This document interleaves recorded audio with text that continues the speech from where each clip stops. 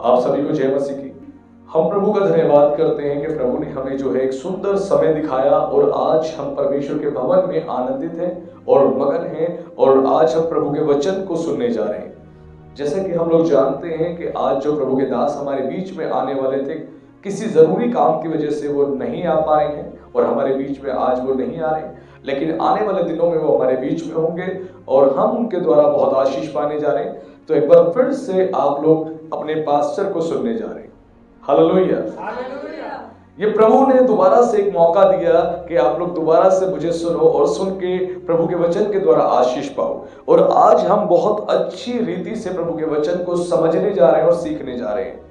और जैसे कि हम जानते हैं इस समय लैंड डेज चल रहे हैं, पूरा मसीह जगत जो है वो लैंड डेज में शामिल हो चुका है। ये 40 दिन जो होते हैं, इन 40 दिनों में प्रभु यीशु मसीह को रिमेंबर करते हुए लोग उपवास में जाते हैं, लोग अपनी जीवन को, अपनी आत्मा को प्रिपेयर करते हैं। किस लिए?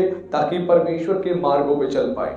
और मैं सच बता रहा हूं, कितनी ऐसी गवाहियां मैंने सुनी है जो लैंड डेज में जो लोगों के जीवन में प्रभु ने काम किए। कई ऐसे लोग जिनको नशे की आदत थी, जिसको बीड़ी सिगरेट की आदत थी और कोई सारी गंदी आदतें थी, उन्होंने प्रण लिया कि इन 40 दिनों में मैं कोई गलत कामों को नहीं करूंगा, मैं अपने प्रभु को महिमा दूंगा। क्योंकि वो पूरे साल जो है संघर्ष करते रहे इन बातों से आजाद होने के लिए और आजाद नहीं हो पाए। तो प्रभु के दासों ने उनको सलाह दिया, इन 40 दिनों में अपने आप को पवित्र रखने का प्रयास करो, 40 दिनों में प्रार्थना में रहो, इन 40 दिनों में उपवास भी करो, इन 40 दिनों में जो है प्रभु के वचन को भी पढ़ो। परमेश्वर तुम्हारी बुरी आदत से तुम्हें आजाद कर देगा। और लोगों ने वही काम किया। लोगों ने सारी गलत आदतें इन 40 दिनों के लिए त्याग दी। और जब त्याग दी तो फिर क्या हुआ? 40 दिन जब पूरे हुए, उसके बाद उनका दिल ही नहीं करा, उनका मन ही नहीं करा उस नशे को करने का, उस बुरी आदत में जो फंसे हुए थे, बीड़ी पीने का, सिगरेट पीने का या कोई भी गलत आदत, उससे प्रभु ने आजाद कर दिया। क्यों? उन्होंने इन 40 दिनों में अपने आप को पवित्र रीति से प्रभु को सौंपा और परमेश्वर ने उन्हें आजाद किया। जब आप इच्छा रखते हैं, आप जिज्ञासु होते हैं किसी बुरी आदत से आजाद होने के लिए, तो परमेश्वर आपको आजाद भी करता है। लेकिन आपकी इच्छा होनी चाहिए। अगर आपकी इच्छा नहीं तो प्रभु आपको आजाद भी नहीं करेगा। ये 40 डेज जो है बहुत इंपॉर्टेंट है हमारे मसीह समाज के लिए, क्योंकि बाइबल में बार बार हम 40 नंबर को रिपीट होते हुए देखते हैं। बार बार इस 40 नंबर को हम आते हुए देखते हैं। और 40 नंबर जो है ये परमेश्वर के न्याय को दर्शाता है, परमेश्वर के न्याय को दर्शाता है। और परमेश्वर 40 दिनों बाद अपने अद्भुत कार्य को प्रकट करता है। वो परमेश्वर का न्याय जो है वो किसी मनुष्य के जीवन के लिए एक ब्लेसिंग का कारण भी बन सकता है, उस व्यक्ति के जीवन के लिए आशीष का कारण भी बन सकता है। और वो 40 दिन बाद परमेश्वर का न्याय जो है किसी के ऊपर एक समस्या भी लेके आ सकता है। और परमेश्वर हमारा न्यायी परमेश्वर है। हम कई बार परमेश्वर को प्रेमी परमेश्वर के रूप में जानते हैं, हम दयालु परमेश्वर के रूप में जानते हैं, लेकिन वो परमेश्वर हमारा न्यायी परमेश्वर भी है। और वो न्याय करता है और वो ठीक ठीक न्याय करता है। उसके न्याय में कोई भी ऊपर और नीचे नहीं है। उसने जो न्याय करना है वो बिल्कुल ठीक ठीक न्याय करता है। ये हमारे परमेश्वर की विशेषता है। तो आज हम परमेश्वर के वचन से कुछ इंपॉर्टेंट बातें सीखेंगे।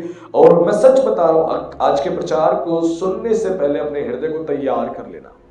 मैं क्यों ऐसा कहता हूं आपको हमेशा? अगर आपका हृदय तैयार नहीं है ना, आपका मन तैयार नहीं है, तो क्या होगा? आप वचन को जब सुनना शुरू करोगे तो आपको धीरे धीरे लगेगा आप पास्टर की फटाफट से खत्म करें और उसके बाद हम लोग अपने घर जाएं। लेकिन जब हृदय और मन तैयार होता है ना, तो प्रभु आपके जीवन में आशीष भी देता है। ध्यान रखना, आपके मन की तैयारी होनी चाहिए। वचन में क्या लिखा है? जब तू दान दे तो कुड़कुड़ा के ना दे, दबाव से ना दे, अपने मन की तैयारी से दे। क्योंकि जब मन की तैयारी से आप कोई काम करते हो तो परमेश्वर को वो चीजें ग्रहण होती हैं। जब मन आपका तैयार नहीं तो कोई भी चीज आप जो सुनोगे, आप समझोगे, वो आधी अधूरी आपके भीतर जाएगी। लेकिन जब मन की तैयारी के साथ आप सब कुछ करते हो तो प्रभु एक बड़ी आशीष को देता है। तो आज के प्रचार से हम बहुत कुछ सीखेंगे और आज के प्रचार को हम प्रारंभ करेंगे वचन से। उसके लिए खोलेंगे book of Mark chapter 9 verse 41। मरकुस रचित सुसमाचार अध्याय 9 और पद इसके 41 से हम कुछ अद्भुत और गहरी बातों को आज सीखने और जानने जा रहे हैं। और इस वचन को मैं आप सबके लिए पढ़ने जा रहा हूं। उसमें इस प्रकार लिखा है, जो कोई एक कटोरा पानी तुम्हें इसलिए पिलाए कि तुम मसीह के हो, तो मैं तुमसे सच कहता हूं वह अपना प्रतिफल किसी रीति से ना होएगा। आज इस वचन से हम बड़ी ही गहरी और इंपॉर्टेंट बात सीखने जा रहे हैं, और ये पूरे मसीह समाज के लिए, हमारी कलीसिया के लिए, हर एक उस विश्वासी के लिए जो यीशु मसीह पर विश्वास करता है, बहुत अद्भुत इसमें प्रकाशन है जो प्रभु आज आप लोगों तक पहुंचाने जा रहा है। ये बात किसने कही? प्रभु यीशु मसीह ने। ये बात खुद प्रभु यीशु मसीह ने कही। और प्रभु यीशु मसीह ने जब इस बात को कहा तो प्रभु यीशु मसीह कहने के पीछे के उस गहरे अर्थ को हमें समझना पड़ेगा कि प्रभु ने इस बात को क्यों कहा और किस लिए कहा। यहाँ पर बड़े ध्यान से हमें समझना है। प्रभु यीशु मसीह ने यहाँ पर केवल एक छोटी सी बात बोली है। प्रभु ने कहा कोई तुम्हें ये जानकर कि तुम मसीह के हो, किसके हो? मसीह के हो, यानी क्राइस्ट के हो, तुम्हें ये जान करके तुम मसीह के हो, केवल एक कटोरा तुम्हें पानी पिलाए तो वह व्यक्ति अपना प्रतिफल किसी रीति से ना खोएगा। अगर कोई आपको मसीह जानकर आपको एक कटोरा या एक गिलास पानी भी पिलाता है तो हमारा परमेश्वर खुद कह रहा है वो अपना प्रतिफल किसी रीति से ना खोएगा। यानी परमेश्वर उसको प्रतिफल देगा ही देगा, प्रतिफल देगा ही देगा, वो खोएगा नहीं। ध्यान रखना, कोई भी किसी मसीह की जब मदद करता है, सहायता करता है, ये सोचकर कि ये मसीह का है और मसीह के पीछे चलता है, उसके लिए कुछ भी करता है, तो परमेश्वर कह रहा है वो प्रतिफल ना खोएगा। लेकिन यहां तो प्रभु यीशु मसीह ने एक साधारण बात बोली। क्या बोला? एक कटोरा पानी भी पिलाए, पानी पिलाए। यानी प्रभु यीशु मसीह ने पानी पिलाने का भी प्रतिफल रखा है। अगर चर्च में कोई मसीह भाई आता है, आप उसको एक गिलास पानी पिलाते हैं। आपके घर कोई मसीह व्यक्ति आता है, उसको एक गिलास पानी पिलाते हैं। अपने पासवान को आप एक गिलास पानी पिलाते हैं। तो प्रभु कह रहा मेरे पास इसका भी प्रतिफल है। हालेलुया, इसका भी प्रतिफल है। प्रभु देगा ही देगा। ऐसा नहीं कि परमेश्वर आप कोई बड़ा काम करोगे तो ही उसका प्रतिफल देगा। उसने तो बड़ी छोटी सी बात प्रभु ने बोली और छोटी बात से प्रारंभ किया कि पानी पिलाने का एक बड़ा प्रतिफल है। तो सोचिए, इससे ऊपर के बहुत सारे काम है, अब तुम वो करते हो तो प्रभु तुम्हें क्या कुछ तुम्हारे जीवन में नहीं करेगा। अब प्रभु प्रतिफल के रूप में क्या कर सकता है आपके लिए? अगर मान लीजिए आपने किसी मसीह व्यक्ति को आपने पानी पिलाया, आपने खाना खिलाया, आपने कुछ भी उसके लिए किया। मैं एग्जांपल पानी की ले तो अगर आपने एक गिलास पानी पिला दिया किसी को, अब प्रभु ने क्या बोला? अपना प्रतिफल किसी रीति से ना खोएगा। यानी उसको प्रतिफल प्रभु देगा ही देगा, देगा ही देगा। अब बदले में हो सकता है प्रभु एक गिलास पानी के बदले एक गिलास जूस दे दे, ये उसका प्रतिफल है। प्रभु चाहे एक गिलास पानी के बदले उसको एक गिलास कोल्ड ड्रिंक दे दे, ये उसका प्रतिफल है। प्रभु चाहे एक गिलास पानी के बदले उसको एक गिलास दूध दे दे, ये उसका प्रतिफल है। प्रभु चाहे एक गिलास पानी के बदले उसको मिल्क शेक दे दे, ये उसका प्रतिफल है। या प्रभु चाहे तो एक गिलास पानी के बदले उसको 1 करोड़ दे दे, ये उसका प्रतिफल है। इसको कौन देगा? प्रभु यीशु मसीह देगा। और देने के लिए डिसाइड कौन करेगा? परमेश्वर, खुद प्रभु यीशु मसीह करेगा। ध्यान रखिए, आज एक गंभीर बात की ओर मैं आपको लेके जा रहा हूं। अगर इस बात को गंभीरता से नहीं सीखा तो आप बहुत सारी आशीषों से आप वंचित रह जाएंगे। ये बातें किसी और ने नहीं, किसी अन्य प्रेरित ने नहीं, ये खुद प्रभु यीशु मसीह ने कही। और प्रभु ने यहां पर बताया अगर तुम एक गिलास पानी भी पिलाते हो उसका बड़ा प्रतिफल प्रभु तुम्हें देगा ही देगा। अब वो उसके हाथ में, माल किसका है? खुद स्वामी का माल है, परमेश्वर का माल है। और वो अपने माल में से तुम्हें क्या दे, उसकी क्या इच्छा है देने की, वो ना तुम जानते हो ना हम जानते हैं। केवल वो स्वामी जानता है, यानी मालिक जानता है उसको तुम्हें क्या देना है। ये उसका निर्णय है, ये हमारा निर्णय नहीं है, ये उसका निर्णय है। और हमें इस बात को समझना पड़ेगा कि हमारा स्वामी हमें क्या देगा। लेकिन हमारा उद्देश्य क्या है? हमारा उद्देश्य है कि हम प्रभु के वचन का पालन करें। जब खुद प्रभु ने कहा कि जो कोई एक कटोरा पानी तुम्हें इसलिए पिलाए कि तुम मसीह के हो, तो मैं तुमसे सच कहता हूं वह अपना प्रतिफल किसी रीति से ना खोएगा। आप अपना प्रतिफल किसी रीति से ना खोएंगे केवल पानी पिलाने से। हेलो, आज मेरी बात को ध्यान से सुनी। अगर चर्च में कोई बहन पानी पिलाती है कलीसिया के लोगों को, तो प्रभु कह रहा है एक प्रतिफल मेरे पास है। अब वो प्रतिफल क्या देगा वो उसको डिसाइड करेगा, वो डिसाइड करेगा। उसकी मर्जी, उसका माल है, उसका खजाना है, वो अपने खजाने में से कुछ भी दे सकता है। वो बदले में कुछ भी आपके लिए रख सकता है। एक अच्छी नौकरी रख सकता है बदले में, परमेश्वर एक अच्छी पत्नी आपके लिए रख सकता है, अच्छी संतानें रख सकता है। परमेश्वर आपको बदले में जो है आपको अच्छे बिजनेस दे सकता है, आपको अच्छा फाइनेंस दे सकता है, वो उसकी मर्जी है, लेकिन बदले में वो प्रतिफल देगा ही देगा। कई बार हम इन वचनों को बहुत हल्के में ले लेते हैं, कई बार इन वचनों को बहुत हल्के में ले लेते हैं, क्योंकि हमारी मेंटालिटी है एक बड़े स्केल का प्रचार सुनेंगे, एक एडवांस लेवल की टीचिंग सुनेंगे, प्रीचिंग सुनेंगे, तभी जाके हमारे जीवन में प्रभु कुछ काम करेगा, तभी हमें एक अच्छा भोजन मिलेगा। मैं फिर कह रहा हूं, एक एक वचन से मैं ऐसी गहरी बात आप तक पहुंचा सकता हूं कि परमेश्वर आपकी मेंटालिटी को बदल के रख देगा, बदल के रख देगा। ये बातें बड़ी हल्की लगती है, लेकिन मैं फिर कह रहा हूं, जोर में इसलिए दे रहा हूं, ये हल्की नहीं, ये छोटी छोटी मगर मोटी बातें हैं, ये बड़ी गंभीर बातें हैं जिनको कई बार हम वैल्यूज नहीं देते। आप ध्यान रखना, वैल्यूज भी नहीं देते। आज किस कारण से? क्योंकि हमें आज भी केवल ज्ञान को पकड़ने का प्रयास है, लेकिन उसको अपने जीवन में इंप्लीमेंट नहीं करना, इंप्लीमेंट नहीं कर रहा। एक व्यक्ति वो जो बहुत ज्ञान से भरा हुआ, बहुत ज्ञानी है, एक व्यक्ति वो जिसके पास ज्ञान बहुत कम है परमेश्वर के वचन का, लेकिन वो अतिथि सत्कार करना जानता है, व्यवहार करना जानता है, कितनी अच्छी बात है। एक ज्ञानी हो के वो व्यवहार करना नहीं जानता, जिसके पास कम ज्ञान है, अगर कोई ऐसा व्यक्ति है और वो इस प्रकार जीवन जी रहा है तो वो बेहतर है। आज हमें सीखना है, ज्ञान को कलेक्शन करके स्टोर करते मत रहो, उसको इंप्लीमेंट करो, इंप्लीमेंट करो। मैंने क्या बोला? आप भरते जाओ, लेकिन कुछ भी लागू ना करो, तो ध्यान रखना एक दिन आप खुद अपने आप को बड़ा ही ज्यादा एक दुखी पुरुष मानोगे या दुखी स्त्री मानोगे। क्यों? इतना कुछ आपके पास है, लेकिन कुछ भी आपने अपने ऊपर इंप्लीमेंट नहीं किया।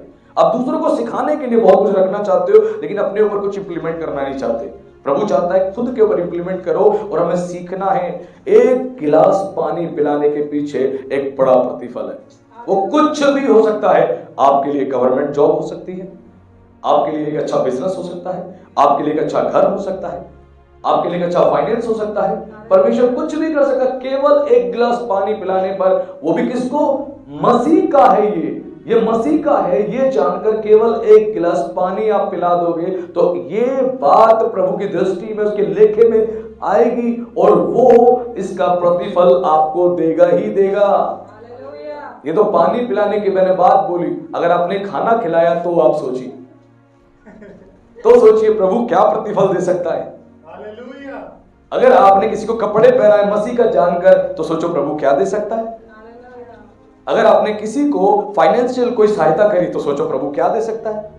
ये उसका निर्णय है, ये उसकी योजना है, ये उसकी प्लानिंग का हिस्सा है, और हमें समझना पड़ेगा, हमें वचन पालन करना है। लेकिन प्रभु ने कुछ हमारे लिए रखा है। कई बार हमें लगता है कि जो कुछ हमें मिला है वो हमारी मेहनत से हमें मिला है। नहीं नहीं नहीं, हमारी मेहनत से हमें नहीं मिला। जो कुछ हमें मिला है वो उसके फजल से मिला है। आज जिस घर में आप रह रहे हो वो उसने दिया है, जो कपड़े आप पहन रहे हो वो उसने दिया है, जो सांसें आप ले रहे हो वो उसने दी है। इसके लिए धन्यवाद देना, इसके लिए प्रभु का धन्यवाद देना। आज बहुत से लोग जो है रोते रहते हैं, लेकिन धन्यवाद नहीं देते।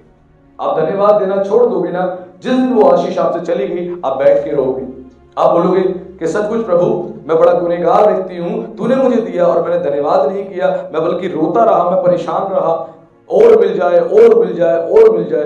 प्रभु कहेगा जो दिया पहले उसके लिए धन्यवाद किया, जो दिया पहले उसके लिए धन्यवाद कर, तो मैं तुझे और दूंगा। लेकिन जो दिया उसके लिए तेरा धन्यवाद नहीं है, तू डेली धन्यवाद नहीं करता। लेकिन तू क्या सोचता है? तू ये सोचता है और बड़ा होता, और बड़ा होता, और बड़ा होता। प्रभु कहेगा तू छोटे के भी लायक नहीं था, तू छोटे के भी लायक नहीं था, मैंने तुझे वो दिया। क्यों दिया? तेरे जीवन को देखकर, मैंने तेरे समर्पण को देखकर, मैंने तुझसे मोहब्बत करी, इसीलिए तुझे दिया, और तू उसकी वैल्यू नहीं कर रहा। आज तू कह रहा और बड़ा और बड़ा और बड़ा और बड़ा। प्रभु कह रहा है अब ये भी तुझसे जिस दिन ले लूंगा उस दिन क्या करेगा मुझे बता। उसने कहा मुझे देने का अधिकार है तो मुझे लेने का भी अधिकार है। धन्यवाद दो, कोसो मत उसको, उल्टा सीधा मत बोलो उसको, धन्यवाद दो। रोना बंद करो, धन्यवाद देना शुरू करो, धन्यवाद देना शुरू करो, तभी आप आशीषित होगे, वरना नहीं। एक बड़ी अच्छी स्टोरी है, मैं स्टोरी बताना चाहता हूं। वो स्टोरी केवल आप लोगों को सिखाने के लिए है। वो स्टोरी, वो बाइबल आधारित वो स्टोरी नहीं है, लेकिन केवल सिखाने के लिए है। मैं बता देता हूं, स्टोरी से आप लोग बहुत कुछ सीखोगे। हम सारे जानते हैं मोसेस के बारे में, मूसा के बारे में। और मूसा एक ऐसा व्यक्ति है, बाइबल का एक ऐसा भविष्यवक्ता है जो परमेश्वर के आमने सामने बैठकर उससे प्रार्थना किया करता था, बातें किया करता था। और जो है उस समय पर लोग सारे जानते थे मूसा को, तो मूसा से रिलेटेड एक स्टोरी बनाई गई है, वो स्टोरी मैं साझा कर रहा हूं आप लोगों को। लेकिन मैं फिर कह रहा हूं कि ये बाइबल आधारित नहीं है, केवल एक सिखाने के लिए स्टोरी है। तो ध्यान से इस स्टोरी से केवल उसका कंक्लूजन मैसेज समझ ले। तो जब मूसा वहां से जा रहा था एक रास्ते से, तो कुछ लोग मूसा से मिले और कुछ लोग मिले, और मिलने के बाद जो है मूसा को बहुत कुछ कहने लगे। एक व्यक्ति मिला मूसा को जो बहुत ज्यादा गरीब था, बहुत ज्यादा परेशान था। तो उसने बोला, मूसा मैंने सुना है कि परमेश्वर तुझसे बात करता है। उसने बोला हाँ।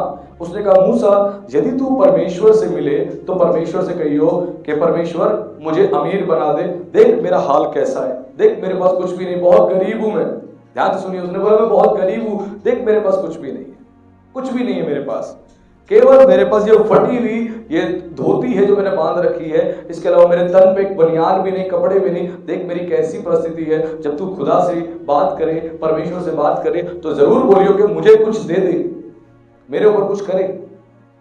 और जैसे ही ये वाली बात हुई, जैसे ही ये बात कही, मूसा ने कहा ठीक है मैं परमेश्वर से कहूंगा। उसके बाद क्या हुआ, फिर मूसा आगे गया, एक व्यक्ति मिला, कहने लगा, मूसा मैंने सुना है खुदा तुझसे बात करता है। उसने बोला हाँ खुदा मुझसे बात करता है। उसने कहा खुदा तुझसे बात करता है, खुदा से कहियो अब मुझे कुछ भी ना दे, उसने बहुत कुछ दिया है और वो दिए जा रहा, संभाले नहीं संभल रहा मुझसे, तो खुदा से बोलियो अब मुझे ना दे, किसी और को दे दे। उसने बोला ठीक है भाई, पहला आदमी मिला है जो ऐसा कह रहा है कि अब मुझे मत दियो, किसी और को दियो, मेरा कोटा पूरा हो गया। ठीक है, मूसा गया प्रार्थना करने के लिए, और जब प्रार्थना करने लगा तो परमेश्वर ने उससे बातें करनी शुरू करी। और जब परमेश्वर ने बातें करनी उससे शुरू करी, किससे? मूसा से। तो मूसा ने कहा प्रभु रास्ते में एक आदमी मिला मुझे, बहुत फटे हाल था, बेचारा गरीब था, केवल उसने धोती लपेट रखी थी, वो भी फटी हुई थी धोती उसकी, और वो रो रहा था, कह रहा था खुदा से बोलना खुदा मुझे कुछ दे। तो प्रभु ने बोला ठीक है उसको बोल, वो मेरा धन्यवाद करे, वो धन्यवाद करे, उससे मैं दूंगा। उसके बाद उसने बोला मूसा ने कि प्रभु एक व्यक्ति और मुझे मिला, और जिसने मुझे कहा कि खुदा ने मुझे बहुत कुछ दे दिया है, अब मुझे जरूरत नहीं, खुदा से बोलना किसी और को दे, अब मुझे ना दे। खुदा ने बोला ठीक है उसको बोल मेरा धन्यवाद देना बंद कर दे, मैं देना भी बंद कर दूंगा। उसने कहा ठीक है। अब मूसा वापस आया नीचे। जब मूसा वापस नीचे आया तो आने के बाद क्या हुआ, वापस से वो गरीब व्यक्ति मिला। तो जो गरीब व्यक्ति था वो मिला मूसा को और कहने लगा, मूसा परमेश्वर ने तुझसे क्या कहा मेरे बारे में, मुझे बता। तो मूसा ने कहा, परमेश्वर ने कहा उसको बोलो मेरा धन्यवाद दे, मैं उसे बहुत कुछ दे दूंगा। उसने बोला किस बात के लिए धन्यवाद दूं? इस फटी हुई लुंगी के लिए धन्यवाद दूं? केवल इस फटी हुई लुंगी के लिए?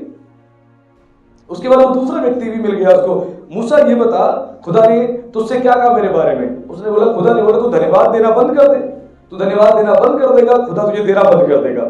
उसने बोला भाई ये तो नहीं हो सकता, खुदा ने मुझे इतना कुछ दिया, मैं माँ के पेट से नंगा आया था, कुछ भी मेरे पास नहीं था, खुदा ने मुझे इतना कुछ दिया, मैं धन्यवाद देना कैसे बंद कर दूं? मैं तो जीवन भर उसका धन्यवाद दूंगा।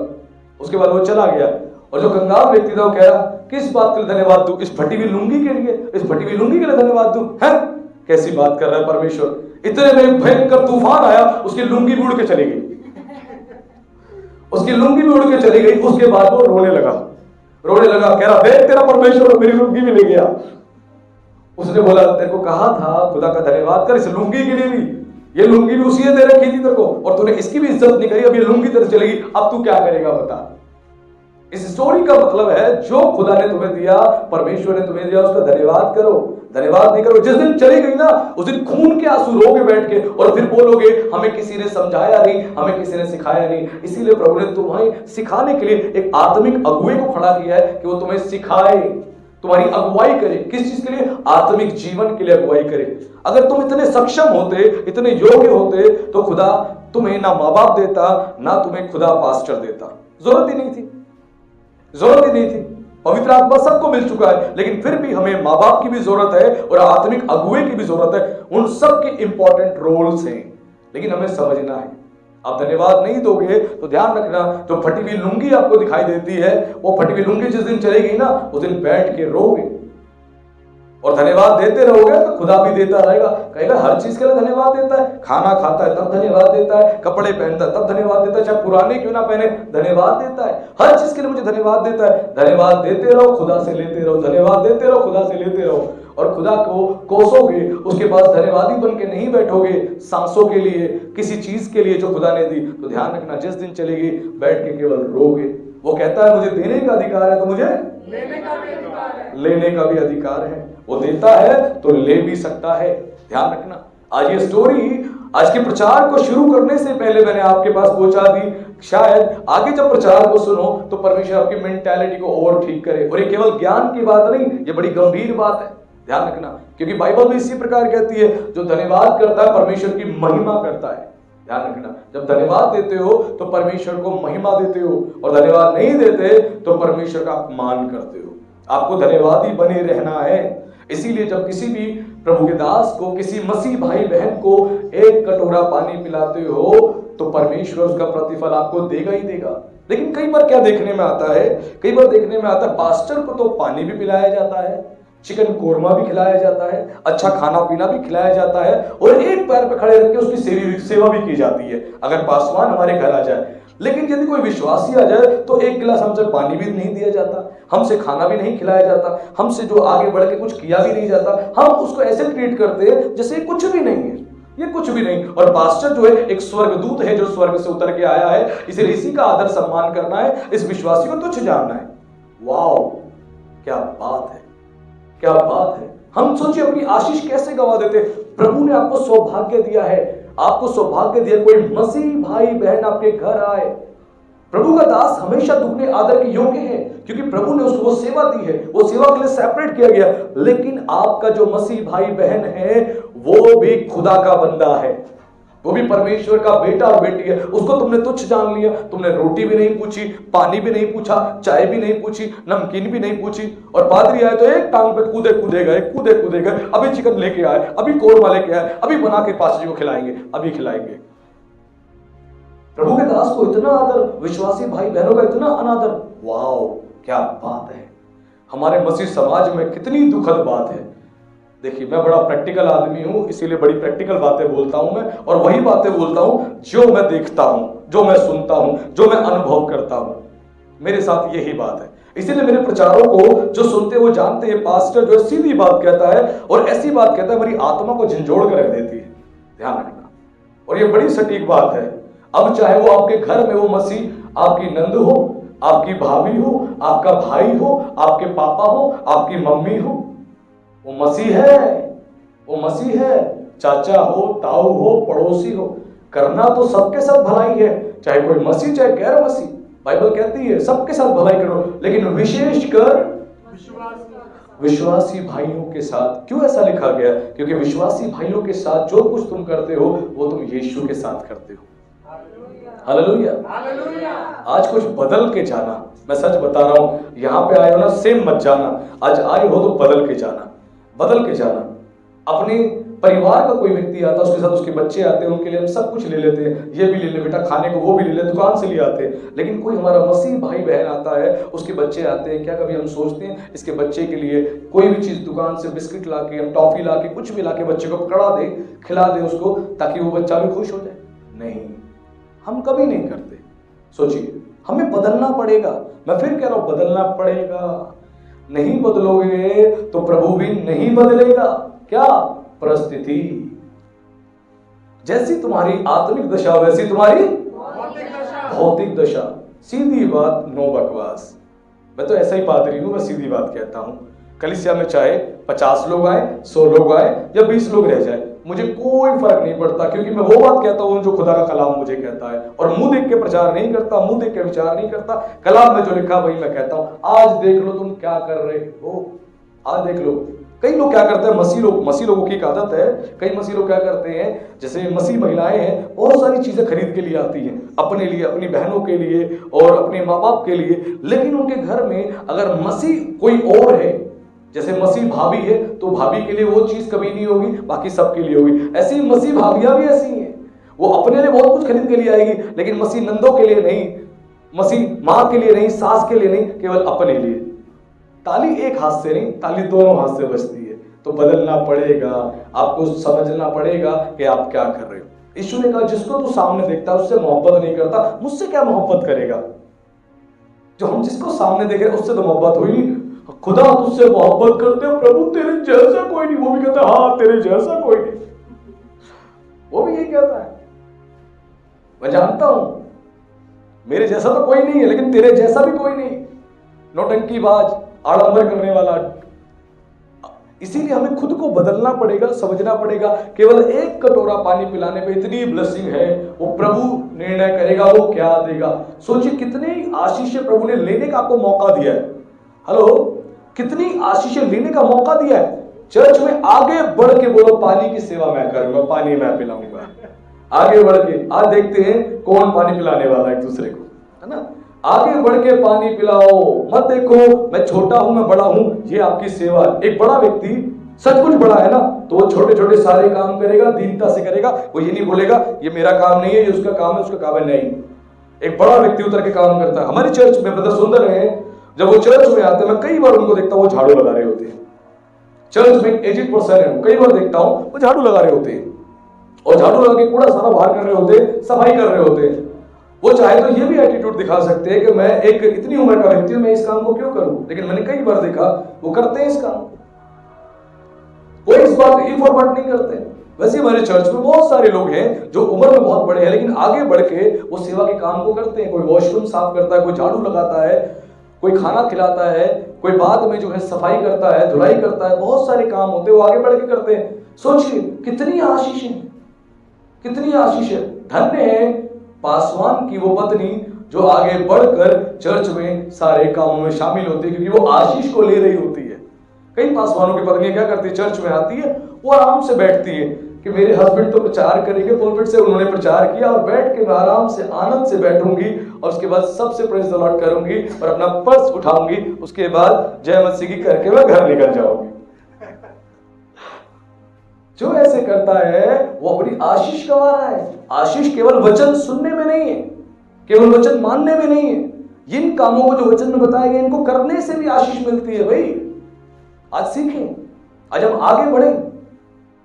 हमारे बच्चे चर्च के अगर रात को उनको 11 बजे भी चर्च में किसी काम से बुला दिया, आ जाते हैं, दौड़ते हैं 12 बजे तक, 1 बजे जब तक बोलो सारे काम करवाते हैं। ये हमारे चर्च में बच्चों की ये उनकी अच्छी आदतें हैं। और इसके पीछे प्रभु ने कौन सा प्रतिफल रखा है भैया मैं तो नहीं जानता, लेकिन इतना पता है मेरा बाप जो देगा ना बहुत अच्छा देगा।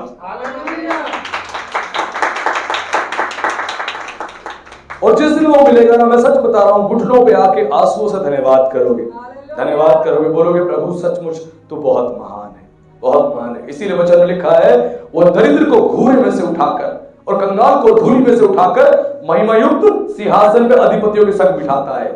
वैसा परमेश्वर है। जब आपका जीवन उसको भाग गया, आपने प्रभु के दास को या प्रभु के किसी भाई बहन को भी एक गिलास पानी भी पिला दिया, वो चीज प्रभु को आपकी भाग गई कि आपने किस मन से किस हृदय से किया। प्रभु बदले में आपको क्या दे दे, आपके पति को क्या दे दे, आपके जीवन में क्या दे दे, आप सोच नहीं सकते, आप समझ नहीं सकते। बहुत बड़ा और विशाल है वो कार्य। इसीलिए वचन में लिखा है अपने समान अपने पड़ोसी से मोहब्बत रख। कई बार क्या करते हैं हम खाना खा के सो जाते हैं, अपने पड़ोसी का ध्यान नहीं रखते हैं कि पड़ोसी ने खाना खाया नहीं खाया। कईयों को पता है कि पड़ोस में जो व्यक्ति रह रहा है उसकी नौकरी छूट चुकी है, नौकरी नहीं है उसके पास नौकरी नहीं है, उसकी पत्नी परेशान है, बच्चा परेशान है, तो कोई सामने जो पड़ोसी रह रहा है वो एक बार पूछने भी नहीं जाता, हालचाल पूछता भी नहीं है कि खाना खा लिया आपने, नहीं खाया तो आगे बढ़ के उसको खाना दो। अरे करो ना, ऐसे बन जाओ ना। मैं कह रहा हूं तुम्हें सुसमाचार प्रचार करने की जरूरत नहीं है, तुम्हारा जीवन सुसमाचार प्रचार करेगा। हालेलुया। तुम्हारा जीवन खुद सुसमाचार प्रचार करेगा। आगे बढ़ के तो देखें, करके तो देखें, किसी की सुधी लेके तो देखें। अपनों से तो सब मोहब्बत करते हैं, गैरों से मोहब्बत करके बताओ ना। यही तो मसीह ने हमें सिखाया है। आज आगे बढ़े, हम अपने दरवाजा बंद करके हम चिकन बना के खा रहे होते हैं, कोई देख डाले, पड़ोसी आ जाए, अलग से चटकनी लगा देते हैं। अगर पड़ोसी आ गया तो उसके बाद उसको देना पड़ जाएगा या बोलना पड़ जाएगा, झूठे मुंह आओ और बैठ के खा लो। और हमें पता है हमारा पड़ोसी बना नहीं करेगा, वो बैठ के खा लेगा। इसीलिए कई लोग ऐसे खाते हुए देख लिया, फटाफट से पलंग के नीचे धका देते हैं कि वो चला जाएगा तो उसके बाद खाएंगे, नहीं तो उसने हिस्सेदारी मांग ली तो कैसे काम बनेगा। सोचिए हमें कितनी बातों में बेहतर होने की आवश्यकता है, कितनी बातों में।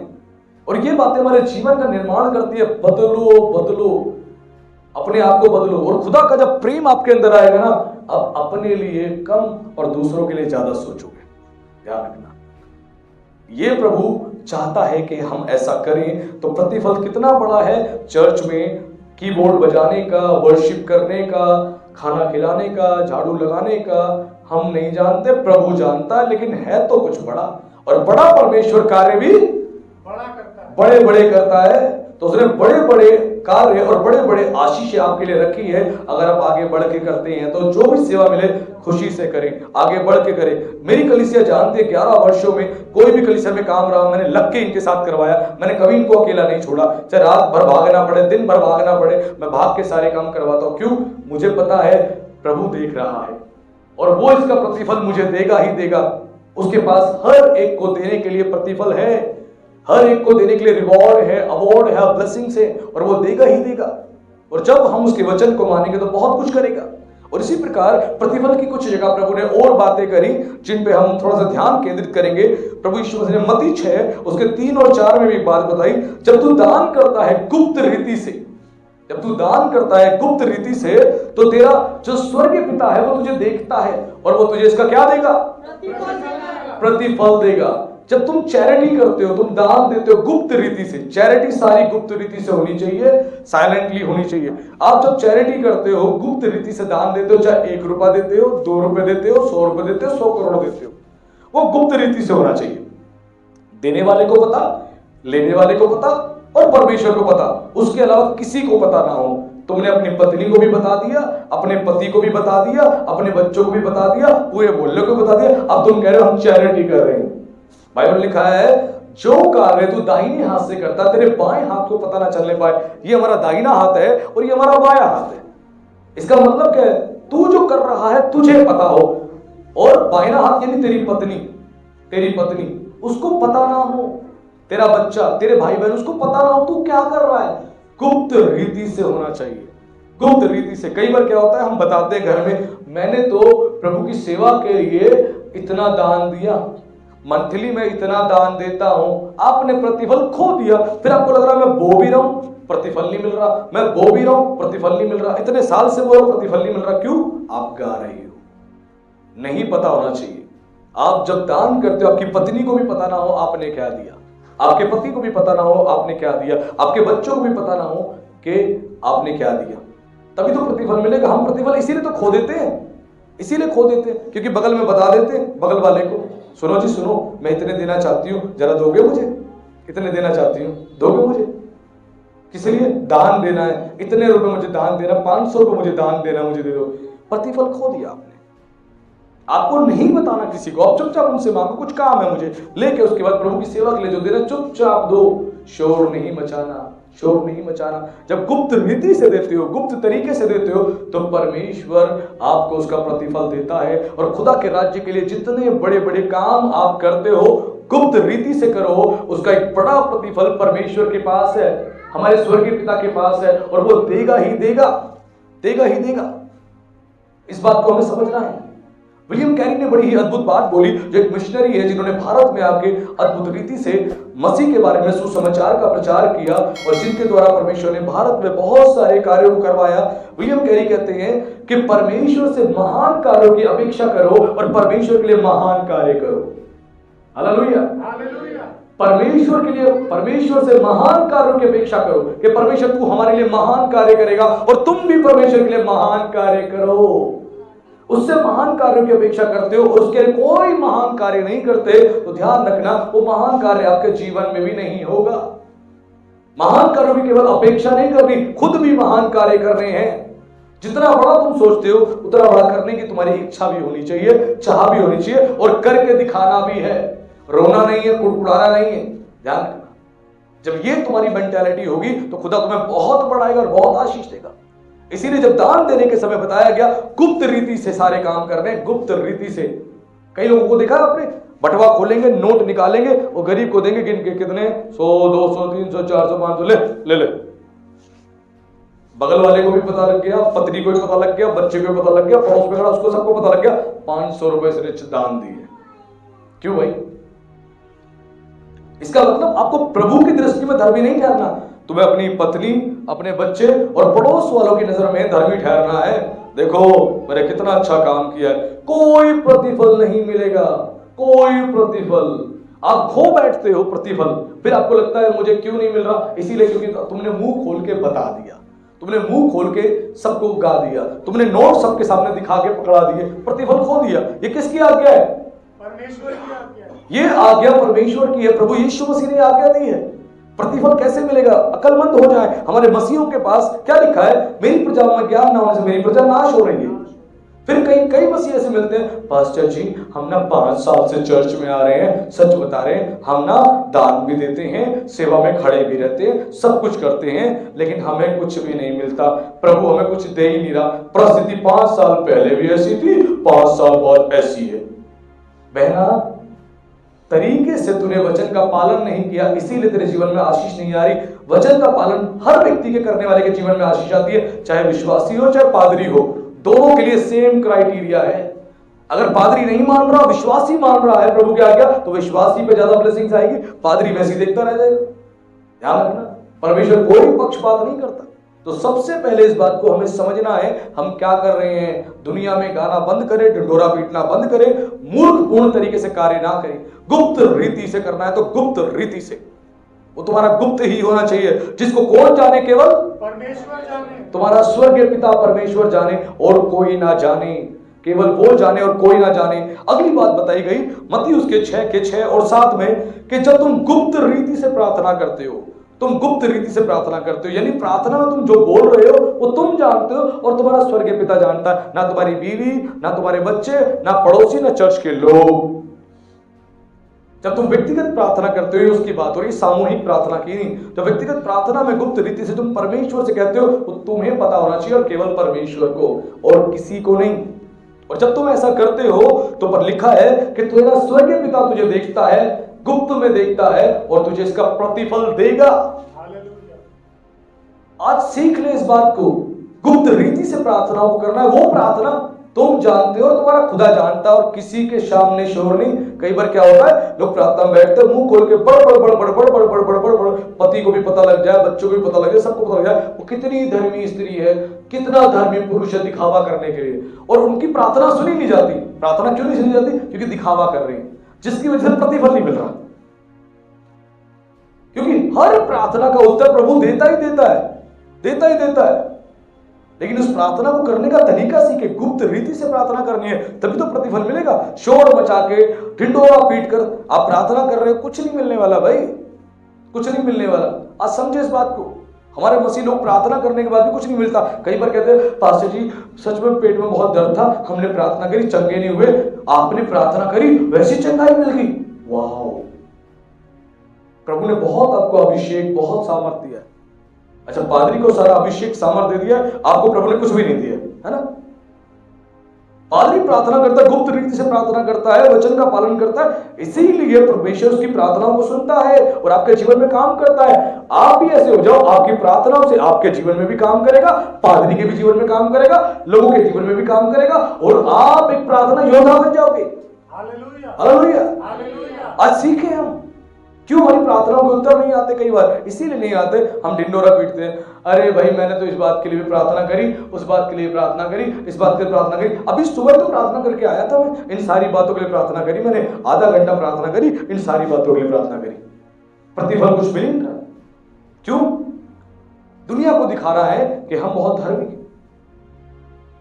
आज सीखे हमारा मन कैसा है, प्रभु हमारे मनों को जानता है। और अगली बात जो है मत्ती उसके 6 के 17 और 18 में बताई गई, जब हम गुप्त रीति से उपवास करते हैं और किसी को पता नहीं लगता, केवल हमारा स्वर्गीय पिता जानता है, तब हमें प्रतिफल मिलता है, तब मिलता है प्रतिफल।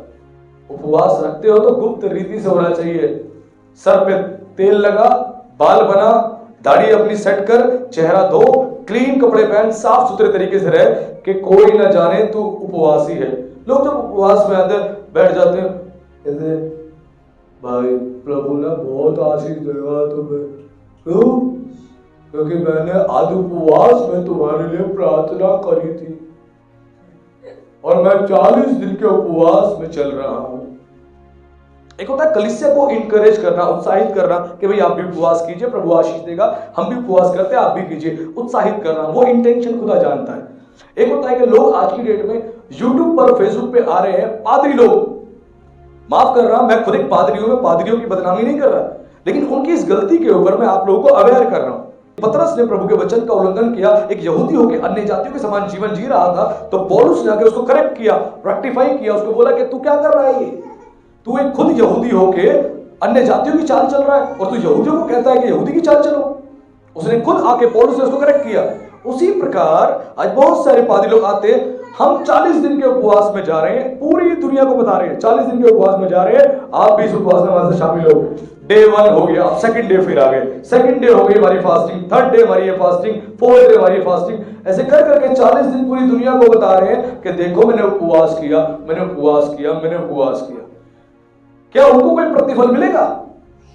नहीं मिलने वाला। वो कलीसिया को उत्साहित नहीं कर रहे, कलीसिया को इनकरेज नहीं कर रहे, वो क्या कर रहे हैं, वो अपने आप को धर्मी बताने का प्रयास कर रहे हैं कि देखो मैं 40 दिन के उपवास में जा रहा हूं। नहीं करना, मैं इसके खिलाफ नहीं हूं कि आप 40 डेज की फास्टिंग का ऐलान करो और लोगों को उत्साहित करो कि 40 दिन के उपवास में चलो, लेकिन हर दिन आके आप ये बता रहे हो मैंने पहला दिन उपवास ये रखा, दूसरा दिन, तीसरा दिन मैं उपवास में हूं, मैं उपवास में हूं, मैं उपवास में हूं, मैं उपवास। वचन में क्या लिखा? तेरा उपवास कैसा हो? गुप्त में हो। अरे बाप रे, प्रभु ने जो बोला उसके वचन का उल्लंघन हम कर रहे हैं। गुप्त में बोला तो गुप्त में होना चाहिए भाई। गुप्त का मतलब तो गुप्त ही होता है, सोशल मीडिया भी नहीं होता। गुप्त तो गुप्त, लेकिन आज गुप्त कुछ नहीं है, सब कुछ पब्लिक में है, सब कुछ पब्लिक में। अरे कुछ तो गुप्त रख लो भाई, जो प्रभु ने बोला वो तो गुप्त रख लो। गुप्त है ही नहीं, जिसकी वजह से फास्टिंग करने के बाद भी जीवन में काम नहीं होता। फास्टिंग कर ली, उसके बाद भी कह रहे जीवन में कोई काम ही नहीं हो रहा, काम ही नहीं हो रहा। हमने इतने दिन उपवास किए, हमने उतने दिन उपवास किए, जीवन में कोई काम ही नहीं हो रहा। इसका क्या अर्थ है? इसका सिंपल सा अर्थ है, ढिंडोरा पीट रहे हैं हम और कह रहे हैं उपवास में। और कई लोग उपवास में क्या करते हैं, उपवास में बैठे रील पे रील देखे जा रहे, रील पे रील, रील पे रील, रील पे रील, इसकी रील, उसकी रील, इसकी रील, उसकी रील, इस हीरो ने ये किया, उसने ये किया, पूरा दिन उपवास में निकाल दिया। चल 2 बज गए, खाना खा लेता हूँ, प्रभु तू जानता है 4 बजे खाना नहीं खा पाऊंगा तो अभी खा लेता हूँ, उपवास खोलने जा रहा हूँ, आशीष देना, आमीन। प्रभु कह रहा तूने उपवास नहीं किया, तूने डाइटिंग करी है। डाइटिंग, डाइटिंग कब करते हैं? जब वजन कम करना हो, पेट अंदर करना हो, तो बहुत मसीह लोग अपने आप को धोखा देते हैं, कहते हैं उपवास में। उपवास में नहीं बेचारे, डाइटिंग कर रहे हैं, डाइटिंग है ना। कमर का साइज कम कर रहे हैं, पेट का साइज अंदर कर रहे हैं, इसीलिए उपवास कर रहे हैं। वो उपवास नहीं, उसको डाइटिंग कहा जाता है, डाइटिंग। बहुत से लोग डाइटिंग करते हैं, प्रभु को नहीं चाहिए, ये फास्टिंग नहीं है, ये डाइटिंग है। और डाइटिंग में क्या होता है, बहुत चीजों को त्याग कर देते हैं, इतनी बजे तक मैं कुछ नहीं खाऊंगा, उसके बाद मैं खाऊंगा, वो डाइटिंग है, उपवास नहीं है। कई लोग क्या करते हैं, भूख हड़ताल करते हैं, भूख हड़ताल करते हैं। एग्जांपल के तौर पे आप लोगों ने देखा होगा, जब कोई कंपनी के अंदर यूनियन जो खड़ी होती है और कहती है हमारी मांगे पूरी करो, तो कंपनी के बाद ताला लगा के बैठ जाते हैं और पूरे इकट्ठे होकर लोग कहते हैं हमारी मांगे पूरी करो, हमारी मांगे पूरी करो, हमारी मांगे पूरी करो, हम हड़ताल पे हैं। वैसे ही बहुत सारे मसीह जो हैं भूख हड़ताल पे बैठते हैं, प्रभु मुझे शादी करवा दो, शादी करा दो, शादी करा दो, बच्चा दे दो, बच्चा दे दो, बच्चा दे दो, बच्चा दे दो, मुझे अच्छी नौकरी दे दो, नौकरी दे दो, नौकरी दे दो, नौकरी दे दो, मुझे घर दे दो, घर दे दो, घर दे दो। अरे उपवास के ये मतलब ही नहीं थे, आज जो उपवास के मतलब तब्दील कर दिए गए। उपवास इन चीजों के लिए कभी रखा नहीं जाता था भाई। मैं बड़े अफसोस के साथ कह रहा हूं, आज मसीहों को उपवास का मतलब नहीं पता। उपवास प्राचीन समय में क्यों रखा जाता था, आज के समय में क्यों रखा जाता है, उपवास रखने से होता क्या है, उपवास की सामर्थ क्या है, ताकत क्या है, कुछ नहीं जानते। बैठ गए हमारी मांगे पूरी करो, हमारी मांगे पूरी करो, हमारी मांगे पूरी करो। वचन में क्या लिखा है, मैं सिंपल शब्दों में आंसर दूं। वचन में लिखा है व्यवस्था विवरण में कि जब तू मेरी आज्ञा मानेगा, जो तुझे आज्ञा दी गई है उसको तन मन से माने और उसके अनुसार ही तू सारे काम करे, तो मैं तेरे सारे कामों में तुझे आशीष दूंगा। आशीष मिलती है आज्ञा मानने से, उपवास करने से आशीष नहीं मिलती मेरे लोगों। उपवास का एक अलग मकसद है, उपवास का एक अलग कॉन्सेप्ट है जिसको हमें समझना पड़ेगा, जो पिछले मैंने प्रचारों में पिछली बार बहुत बार बताया, और लेंट डेज में आप लोगों को और ज्यादा हम फास्टिंग पे सिखाएंगे। तो समझे, उपवास इसलिए नहीं रखे जाते, इसलिए रखे नहीं जाते। हम इसीलिए उपवास रख लेते हैं, बच्चा मिल जाए, नौकरी मिल जाए, घर मिल जाए, छोकरी मिल जाए, है ना, ये सरकारी नौकरी मिल जाए, ये मिल जाए, इसके लिए उपवास मत करो। आपको उपवास का मतलब नहीं पता, आप ये भूख हड़ताल कर रहे हो, प्रभु हमारी मांगे पूरी करो, हमारी मांगे पूरी करो, हमारी मांगे पूरी करो। नहीं होंगी। मांगे कब पूरी होंगी? जब तुम उसके वचन को मानोगे। उसके वचन को मानो, वो सब कुछ दे देगा, सब कुछ दे देगा। ध्यान रखना, हमें समझना पड़ेगा हम कितनी ज्यादा वचन से बाहर की दुनिया में जी रहे हैं और हमें लगता है बिल्कुल सही चल रहा है, कुछ नहीं मिलेगा, ठेका ठेका ठेका, कुछ नहीं मिलेगा। क्यों? मसीहों को पता ही कुछ नहीं। हमें समझना है कि हम कहां पर जी रहे हैं। मैंने क्या बोला? परमेश्वर का वचन जब तुम्हारे पास नहीं है ना, तुम कुछ नहीं कर पाओगे। इसीलिए क्या लिखा है मलाकी किताब में? लिखा है वचन में कि याजक जो है यहोवा का दूत है और उसके होठों से ज्ञान की रक्षा होनी चाहिए और लोग उससे व्यवस्था पूछे। पता हमें इस विषय में परमेश्वर की व्यवस्था क्या है, हमें पता, हमें जानना है। बाइबल में एक भी प्रेरित मुझे दिखा दो जिसने उपवास रखा हो, प्रभु मुझे नौकरी दे दे, प्रभु मुझे छौकरी दे दे, प्रभु मुझे धन संपत्ति दे दे प्रभु, इसके लिए किसी ने उपवास रखा हो तो न्यू टेस्टमेंट उठा लो, ओल्ड टेस्टमेंट उठा लो और मुझे बता दो। बाइबल जिस चीज के लिए सपोर्ट नहीं करती उस चीज के लिए हम लोग क्यों सपोर्ट करते हैं भाई? व्हाई? तो सबसे पहले अपनी मेंटालिटी ठीक करें, बाइबल खोले और पढ़ें। मैं बार बार कहता हूं, खोले और पढ़ें। याजक के होठों से ज्ञान की रक्षा नहीं हो रही। ज्ञान किसका? परमेश्वर का ज्ञान। उस ज्ञान की रक्षा होनी चाहिए, गलत ज्ञान नहीं जाना चाहिए। उसकी रक्षा करो, रक्षा करो, रक्षा करो। समझो, अपनी कलीसिया को उपवास में लेके जाओ, अपनी कलीसिया को उपवास में रहना सिखाओ, वो अच्छी बात है, लेकिन तुम ढिंडोरा मत पीटते रहो भाई। तुम उपवास में हो, उपवास में हो, उपवास में हो। हमें समझना पड़ेगा कि हम क्या कर रहे हैं। इसकी वजह से हम 40 दिन उपवास भी रख लेते तो भी कुछ नहीं मिलता, हम गुप्त में प्रार्थनाएं भी कर लेते हैं दुनिया में ढिंडोरा पीट के, तब भी हमें कुछ नहीं मिलता। उसके बाद क्या करते हैं? हम दान भी दे देते हैं, ढिंडोरा पीट देते हैं, तब भी कुछ नहीं मिलता। इसीलिए तो नहीं मिल रहा। नहीं तो परमेश्वर ऐसा है ही नहीं कि उसके राज्य में तुम कुछ करो वो तुम्हें प्रतिफल ना दे। उसने बोला मैं 1 गिलास पानी पिलाने का प्रतिफल दूंगा।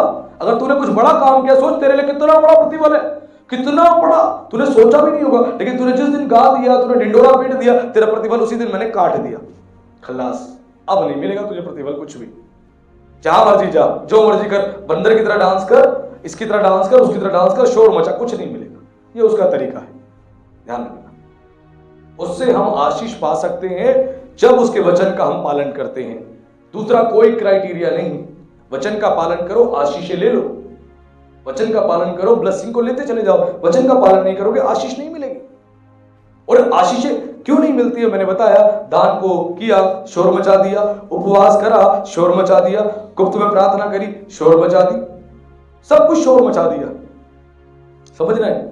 आज बहुत से लोग यही करते हैं। हमें इन गलतियों से अपने आप को सुधारना है। चर्चेस में आते बहुत आंसू बहा के प्रार्थना करते हैं दुनिया को दिखाने के लिए, और घर जाके प्रार्थना भी नहीं करते। कई तो ऐसे हैं, चर्च में आके बहुत प्रार्थना करते हैं, प्रभु प्रभु तेरे जैसा कोई नहीं, प्रभु तेरे जैसा कोई नहीं, पिता काम कर दे प्रभु, और घर जाके प्रार्थना ही नहीं होती। वो भी कहता सचमुच तेरे जैसा कोई नहीं, आडंबर करने वाला। चर्च में आके तेरे जैसा धर्मी कोई दिखाई नहीं देता, स्वर्गदूत के समान कोई दिखाई नहीं देता, और घर में मैंने देखा तू कभी प्रार्थना ही नहीं करता, प्रार्थना ही नहीं करती। कितना बड़ा आडंबर करता है भैया तू, तेरे जैसा एक्टर नहीं देखा मैंने। प्रभु भी कहता है अगर इसको बॉलीवुड में या हॉलीवुड में डाल दो तो ये छा जाएगा, इतनी जबरदस्त एक्टिंग करता है ये। सोचिए, तो हमें सुधारना है। हम नाटक कंपनी में भर्ती हो गए हैं या प्रभु के वचन का पालन कर रहे हैं? आज खुद को हमें ठीक करना है। हम क्या कर रहे हैं? अपनी मेंटालिटी अच्छी करनी है, प्रभु के मार्ग पे चलना है। अपना जीवन ऐसा बनाए कि प्रभु आपके जीवन से लोगों तक आशीष पहुंचाए, ब्लेसिंग पहुंचाए। कमी किसमें नहीं है? कमी हर मनुष्य में। लेकिन हमें क्या करना चाहिए? अपनी कमियों के लिए प्रार्थना करनी चाहिए और उस कमी के विषय में प्रभु का वचन देखना चाहिए क्या लिखा है, और वचन का पालन करने का प्रयास करना चाहिए, और लगातार पवित्र आत्मा की सहायता मांगनी चाहिए। पवित्र आत्मा आपकी सहायता करेगा। आप प्रार्थना करोगे, परमेश्वर आपको ब्लेस करेगा, आशीष देगा। आज हमें समझना है, जब तक हम नहीं करेंगे ब्लेसिंग नहीं मिलेगी। दिल को ब्रॉड करे, बड़ा करे। हम दूसरों को बहुत शिक्षा देते हैं, लेकिन वो शिक्षाएं हमारे लिए भी है। अफसोस की बात, हमारे लिए भी है, मेरे लिए भी है। मैं तो कहता हूं सबसे पहले मेरे लिए, उसके बाद तुम्हारे लिए। मेरी बाइबल मुझे शिक्षित करती है, आपकी बाइबल आपको शिक्षित करती है। जो अपनी बाइबल खोलेगा और पढ़ेगा और मानेगा वो आशीष पाएगा। यीशु ने बड़ी अच्छी बात बोली। देखिए, मैं इस बात से आप लोगों को बिल्कुल एग्री कर दूंगा और आप लोग मेरी बात से सहमत हो जाएंगे। प्रभु यीशु मसीह ने क्या बोला?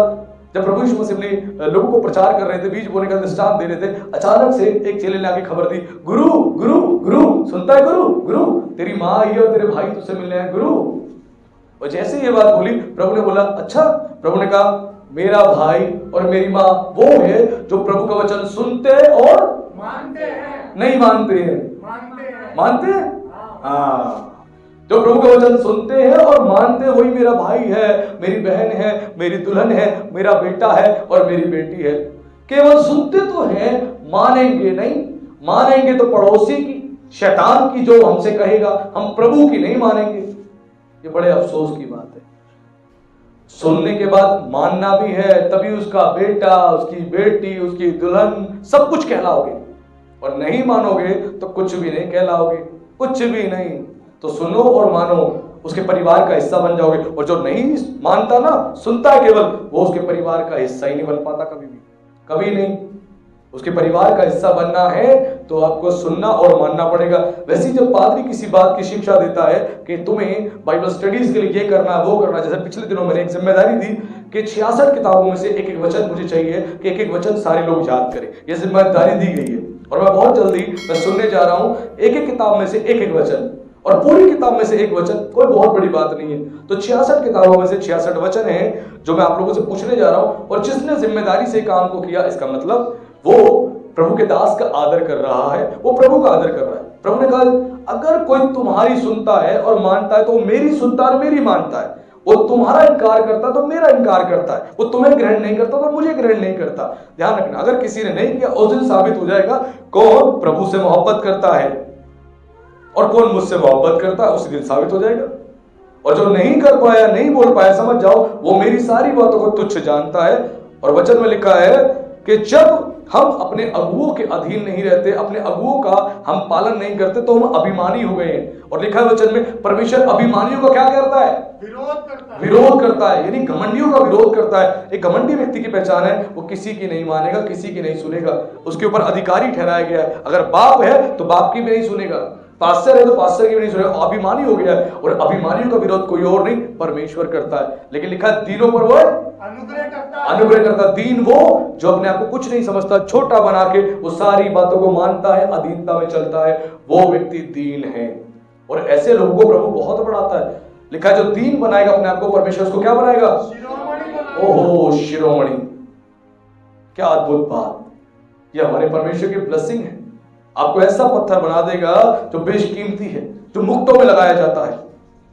अपने आप को आज हम देखें, हम कहां पर स्टैंड कर रहे हैं। ऐसा तो नहीं कि मेहनत करके भी कुछ नहीं पा रहे, चर्च में काम कर लिया फिर रो रहे, सारा काम तो मैं ही करता हूँ, सारा काम तो मैं ही करता हूँ, झाड़ू मैं ही लगाती हूँ, झाड़ू मैं ही लगाता हूँ, खाना मैं ही खिलाता हूँ, मैंने जिम्मेदारी ले रखी है, मैंने ठेका ले रखा है, मैं ही करता रहूँ, कब तक करता रहूँ? आपने जिस दिन कुड़कुड़ाया बुड़बुड़ाया, उसी दिन आपने अपने किए हुए का प्रतिफल खो दिया। पास्टर जी मत डराओगा, मैं तो डरा नहीं रहा बहना, मेरे भाई मैं तो बता रहा हूँ, सिखा रहा हूँ सचमुच। जिस दिन कुड़कुड़ाया तुमने वो खो दिया प्रतिफल। कर रहे हो खुशी से करो, दबाव से नहीं, खुशी से आनंद से करो। ये सोच के करो कि प्रभु के लिए करते, किसी और के लिए नहीं। अगर यहां पर कुड़कुड़ाओगे तो तब स्वर्ग में जाओगे, और प्रभु आपको जब जिम्मेदारियां सौंपेगा, काम सौंपेगा, तब क्या करोगे? तब भी कुड़कुड़ाओगे। प्रभु को पता है यहां कुड़कुड़ाने वाला वहां भी कुड़कुड़ाएगा, और जो यहां चुपचाप से काम कर रहा है वो वहां भी चुपचाप काम करेगा। ध्यान रखना, हमेशा आपका इतिहास आपके जीवन के बारे में बताता है कि आप किस प्रकार के व्यक्ति थे, आप किस प्रकार के व्यक्ति हो। इसलिए बाइबल कहती है तुम मसीह में आते हो तुम नई सृष्टि हो जाते हो। नई सृष्टि का मतलब नया जीवन और नई रीति से करना है। एक वचन और पढ़ेंगे हम, उसके लिए खोलेंगे 1 कुरिन्थियों अध्याय 15 पद उसका 58, और बड़ी ही अद्भुत बात इसमें लिखी है। और इस वचन को कोई मेरे लिए एक बार पढ़ दे, क्या लिखा है? 1 Corinthians chapter 15 verse 58। इसीलिए हे मेरे प्रिय भाइयों, दृढ़ और अटल रहो और प्रभु के काम में सर्वदा बढ़ते जाओ, क्योंकि यह जानते हो कि तुम्हारा परिश्रम प्रभु में व्यर्थ नहीं। हालेलुया। बड़ी ही अद्भुत बात लिखी है यहाँ पे, इस बात को हम समझ लें। लिखा है, प्रेरित पौलुस कहता है, इसलिए हे मेरे प्रिय भाइयों, दृढ़ और अटल रहो और प्रभु के काम में सर्वदा बढ़ते जाओ, क्योंकि यह जानते हो कि तुम्हारा परिश्रम प्रभु में व्यर्थ नहीं है। तुम्हें दृढ़ रहना है और अटल रहना है प्रभु की आज्ञा मानने के लिए, और प्रभु के काम में सर्वदा बढ़ते जाओ। जो भी प्रभु का काम तुम करते हो उसमें बढ़ते जाओ, रुकना नहीं है, घटना नहीं है, बढ़ते जाओ। तुम चर्च में सेवा काम करते हो और बढ़ते जाओ उन कामों में, तुम ऑफरिंग्स देते हो उसमें और बढ़ते जाओ, तुम वचन का प्रचार करते हो उसमें और बढ़ते जाओ, तुम सुसमाचार का प्रचार करने बाहर जाते हो उसमें और बढ़ते जाओ, अपनी गवाही किसी को बताते हो और बढ़ते जाओ, बढ़ते जाओ बढ़ते जाओ बढ़ते जाओ। पानी पिलाते हो पिलाते रहो, खाना खिलाते हो खिलाते रहो, अगुवाई करते हो करने में लगे रहो। ऐसा करने से तुम प्रभु में आशीषित होते हो, क्योंकि प्रभु में तुम्हारा कोई भी परिश्रम व्यर्थ नहीं है। मैं आप सबको एक बड़ी अच्छी खुशखबरी देना चाहता हूं। आप सब जो यहां जितने लोग बैठे हैं, आप लोग बैठकर प्रभु के वचन को सुन रहे हैं। किसके वचन को? प्रभु के वचन को। आप प्रभु यीशु मसीह के वचन को सुन रहे हैं, और आप जो ये परिश्रम कर रहे हैं, ये परिश्रम है। बैठ के किसी को सुनना इतनी देर एक परिश्रम है। हेलो, बैठ के किसी को 1 घंटा सुनना एक परिश्रम है, बड़ा कष्ट होता है। 3 घंटे की बैठ के मूवी देख सकते हैं, लेकिन 1 घंटे का प्रचार नहीं सुन सकते, है ना? बड़ा कष्ट होता है। लेकिन प्रभु का धन्यवाद, मेरी कलीसिया के लोगों को कष्ट नहीं होता है, अब आदत पड़ चुकी है ना? ब्लेसिंग है, मजा आता है, कहते पास जल्दी खत्म कर दिया आपने। तो आप बैठ के जो वचन सुन रहे हो, इसका भी एक प्रतिफल है प्रभु के पास, एक प्रतिफल है, प्रतिफल है, प्रतिफल है, जो प्रभु देगा ही देगा। हमारे चर्च में, जो हमारे चर्च के यूथ है अनिकेत, वो एग्जाम देने गया था। वो बच्चा एग्जाम देके, वो सुबह जल्दी निकला था, एग्जाम देके आया। आने के बाद वो चाहता तो घर जाके बहाना करके फोन स्विच ऑफ करके सो जाता कि थका हुआ था मैं, लेकिन नहीं, एग्जाम खत्म हुआ है, वो सीधा दौड़ा, वो चर्च में आया। क्यों? मुझे प्रभु के भवन में जाना है और प्रभु का वचन सुनना है। और उसने प्रभु को आदर दिया। जब उसने ऐसा किया तो प्रभु के पास भी उसका एक प्रतिफल है। हालेलुया, प्रतिफल है। जो जो करोगे उसका प्रतिफल है भाई, जबरदस्त प्रतिफल है। पादरी से कुछ मिले ना मिले, प्रभु से जरूर मिलेगा, ध्यान रखना। प्रभु से मिलेगा ही मिलेगा। मेरा भरोसा भी उसी पे ही है, और हम सबका भरोसा उसी पे होना चाहिए। वही है बढ़ाने वाला, देने वाला, करने वाला, आगे लेके चलने वाला। ध्यान रखना, जिस दिन आप मनुष्य पर भरोसा रखोगे, बाइबल कहती है जो मनुष्य पर भरोसा रखता है वो श्रापित हो जाता है। आप मनुष्य को कि ये मेरे लिए कुछ करेगा, उस दिन आप श्रापित हो जाओगे। लेकिन जिस दिन घुटने टेक के आप परमेश्वर पर विश्वास करके प्रार्थना करोगे, परमेश्वर आपको ब्लेस्ड करेगा। और वचन इस प्रकार भी कहता है कि बहुत सारे लोग आशीष भी क्यों नहीं पा पाते। लिखा है वचन के अंदर, नीति वचन में, जो आलस से यहोवा का काम करता है वो श्रापित है। आलस के साथ जब यहोवा का काम कोई करता है वो श्रापित हो जाता है। कोई भी काम परमेश्वर का आलस के साथ ना करे। जो भी काम करे एक्साइटेड होके, एनर्जेटिक होके काम करें। ध्यान रखना, आलस के साथ नहीं। चर्च का समय है, अगर मीटिंग का 10:30 बजे, तो 10:30 बजे नहीं, आप लोगों को 10 बजे तक आ जाना चाहिए। और जो चर्च में सेवा का काम कर रहे हैं उनको तो 9:30 बजे तक आ जाना चाहिए, वर्शिप टीम वालों को, सब लोगों को, ताकि आके अच्छे से प्रैक्टिस कर ले। लेकिन हम, अफसोस की बात है, कई बार 10:30 बजे के बाद भी आ रहे होते हैं, चाहे उसमें कोई भी क्यों ना, पादरी भी है ना, तो पादरी भी कहीं ना कहीं श्रापित हो जाएगा, क्योंकि वचन तो वचन है भाई। पादरी की पत्नी लेट आती है तो वो भी श्रापित हो जाएगी, आने के बाद भी आशीष नहीं पाएगी, कलीसिया के लोग भी आशीष नहीं पाएंगे। अगर आलस के साथ हम करते हैं, कोई भी खुदा का काम आलस के साथ मत करो। ये वचन मेरे लिए भी है और आपके लिए भी है, एग्जैक्ट काम करता है, बराबर काम करता है। परमेश्वर का न्याय तो बराबर है भाई, ध्यान रखना, बराबर है, उससे बाहर नहीं। एक बार क्या हुआ, एक घर के अंदर जो है परिवार के 2 लोगों में कोई कहा सुनी हो गई, बहस हो गई। जब बहस हो गई तो होने के बाद क्या हुआ, उस परिवार में एक व्यक्ति मसीह था, एक व्यक्ति गैर मसीह था। तो जो मसीह था उसने बोला, प्रभु मैं चाहता हूं अपना न्याय दिखा, अभी अपना न्याय दिखा, अभी अपना न्याय दिखा। तो दूसरा एक व्यक्ति जो था उसने बोला, कैसी अजीब सी बातें कर रहे हो, नहीं प्रभु न्याय दिखा, न्याय दिखा।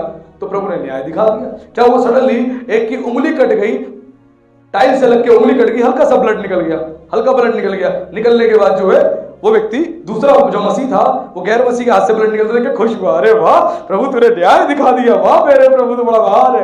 फिर क्या हुआ, उसके बाद सडनली जो मसीह था वो सीढ़ियों से फिसल के गिरा, गिरता गिरता गिरता गिरता नीचे आया और उसकी कमर में लगी। उसके बाद उठने की हिम्मत नहीं हुई।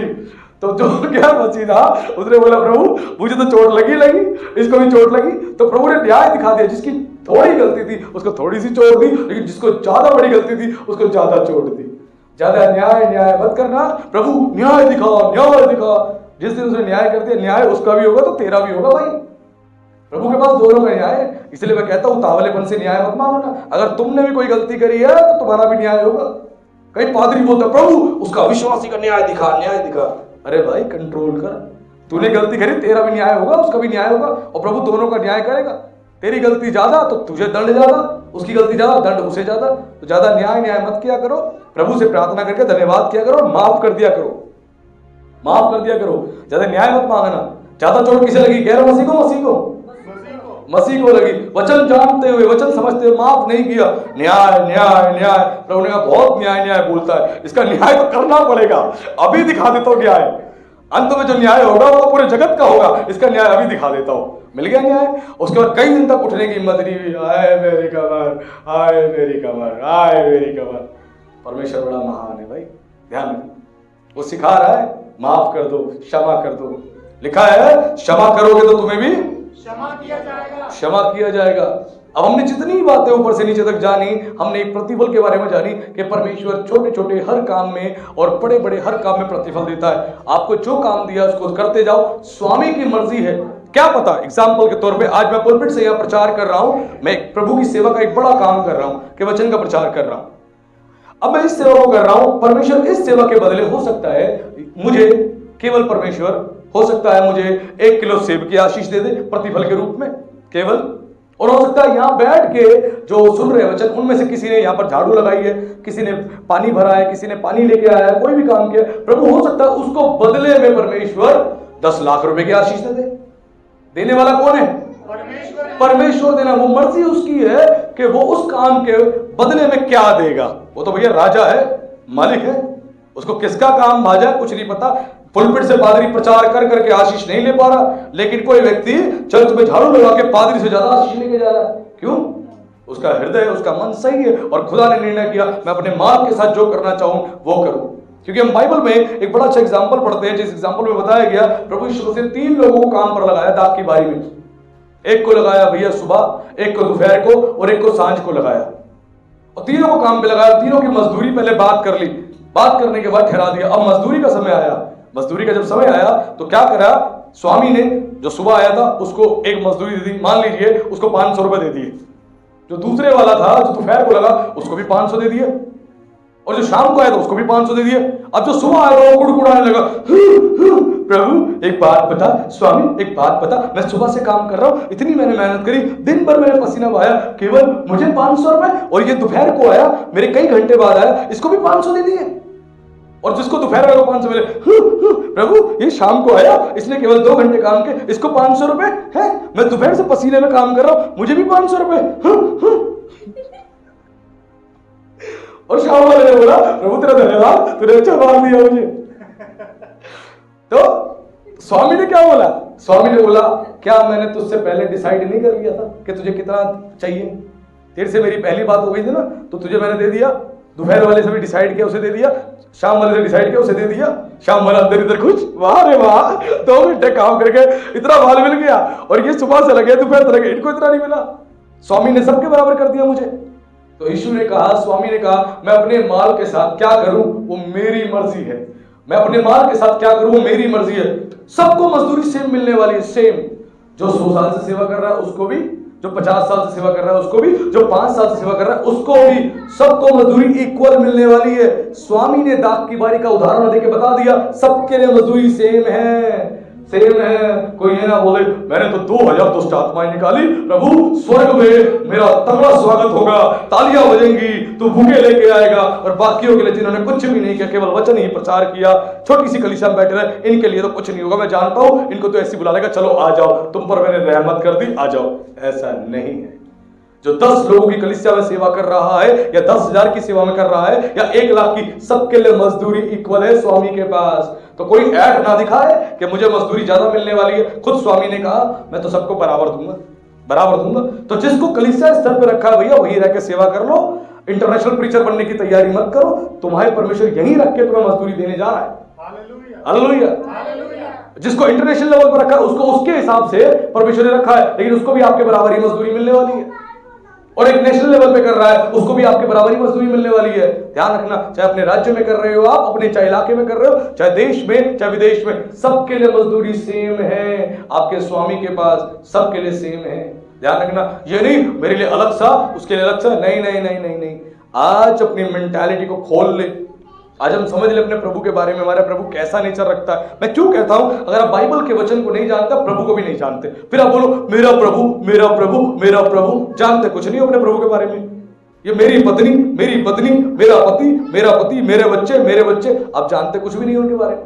अरे बैठो तो सही, बातचीत तो करो, तभी तो जानोगे। खुदा के वचन को पढ़ो तो सही, तभी तो उसे जानोगे। मैं साफ कहता हूं, वचन को जानोगे तो खुदा को जानोगे, वचन को नहीं जानोगे खुदा को भी नहीं जानोगे।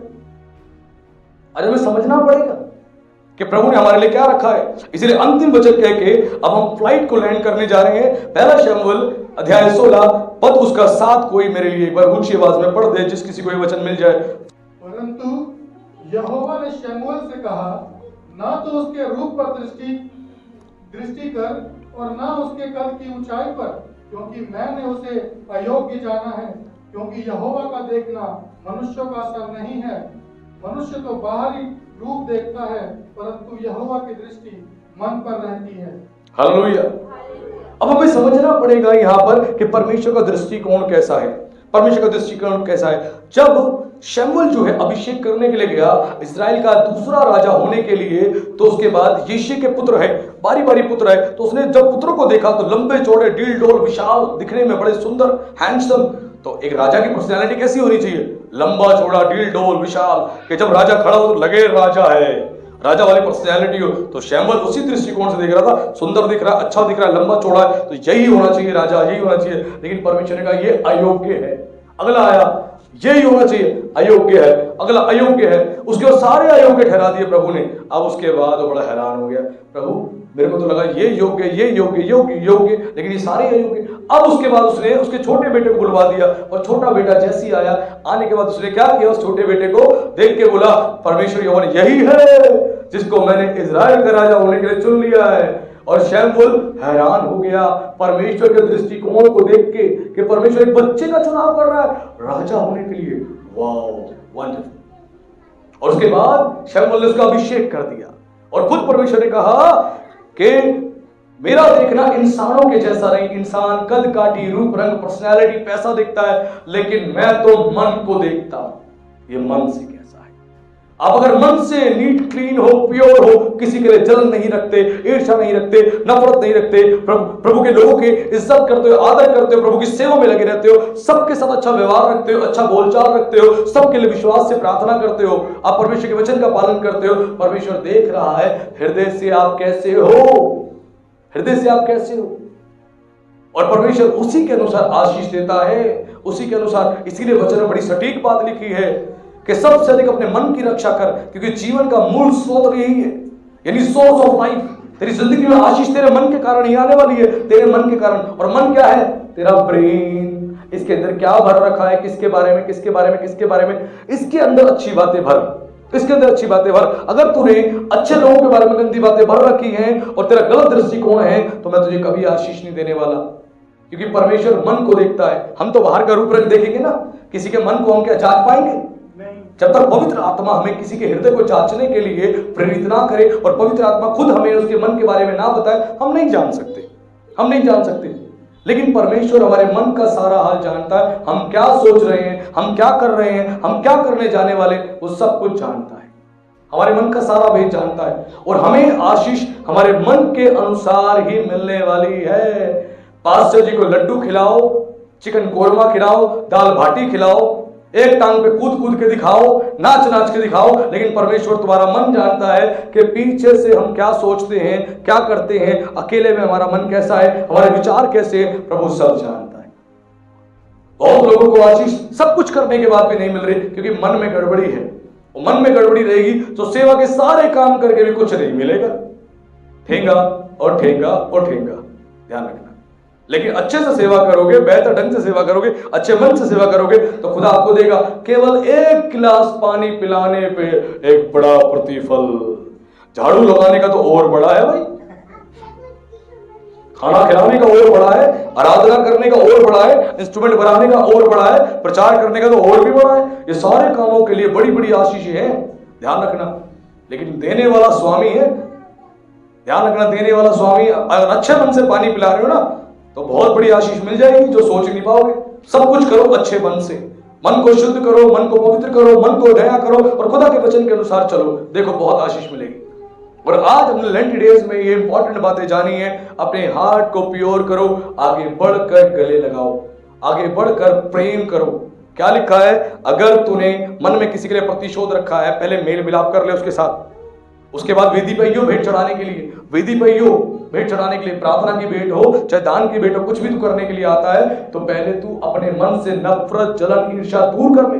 जब ऐसा कर लेगा तो उसके बाद खुदा तुझे बहुत आशीष देगा, खुदा तुझे बहुत ब्लेस करेगा। नहीं तो तेरी प्रार्थना भी सुनी नहीं जाएगी। मन में प्रतिशोध है, आजा वेदी पर बैठ जा भैया, प्रार्थना कर ले, कुछ नहीं मिलेगा। 1 घंटा बैठ के पास्टर नवीन को सुन ले, पास्टर बिली ग्राम को सुन ले, पास्टर बेनी हिन को सुन ले, तब भी नहीं मिलेगा, कुछ नहीं मिलेगा। मिलने वाला कब है? जब मन सही करो, मन सही करके बैठ जाओगे तो जो आशीष आपको परमेश्वर पास्टर बिली ग्राम के द्वारा देना चाहता है, वो आशीष पास्टर नवीन के द्वारा भी आप तक पहुंचा सकता है।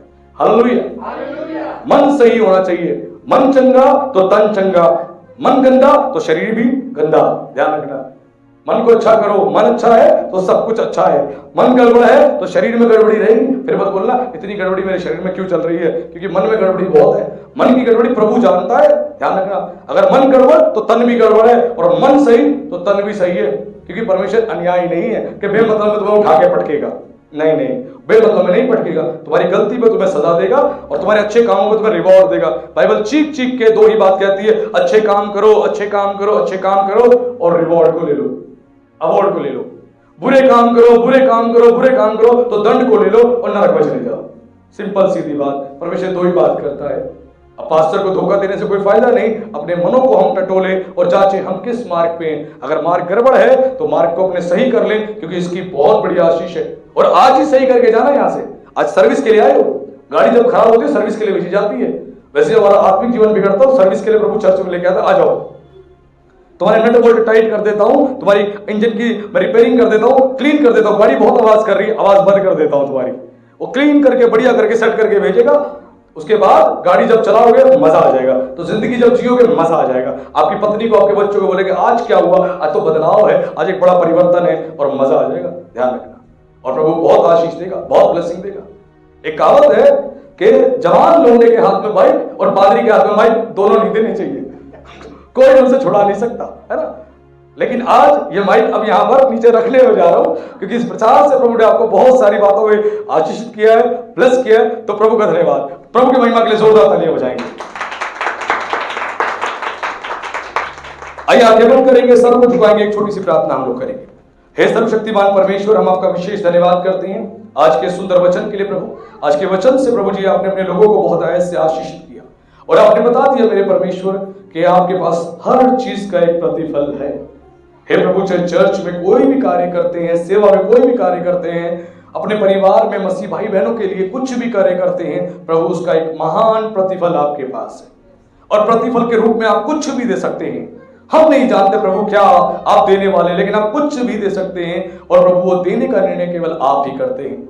आपने कहा मुझे देने का अधिकार है, सब कुछ प्रभु आपको ही देने का अधिकार है। राजा, हम प्रार्थना करते हैं आज से प्रभु अपने लोगों के जीवन को बदल और नया कर, ताकि ये जो कुछ करे प्रभु जी आपको स्मरण करते हुए, और पिता केवल आपको पता हो इस रीति से कार्य करे, और इसका एक बड़ा प्रतिफल, एक बड़ी आशीष ये अपने जीवन में रिसीव करते चले जाए। क्योंकि प्रभु अपने वचन में जो अद्भुत बातें बताई है, ये इनकी बढ़ोतरी की और उन्नति की बातें हैं। राजा, आपके पूरे पवित्र शास्त्र का एक एक वचन वही शक्तिशाली, वही सामर्थ्य रूप से काम करता है जो दूसरे वचन काम करते हैं। राजा, हम धन्यवाद देते हैं आज अपनी कलीसिया को एक सुंदर, एक आशीषित भोजन देने के लिए। हम पूरी तौर से सबको आपके लहू में सील करते हैं, और सबके जीवन में प्रभु आशीष की परमेश्वर प्रार्थना करते हैं। इस प्रार्थना को हम जीवित सामर्थी परमेश्वर के पुत्र मसीह यीशु के नाम से मांगते हैं। आमीन।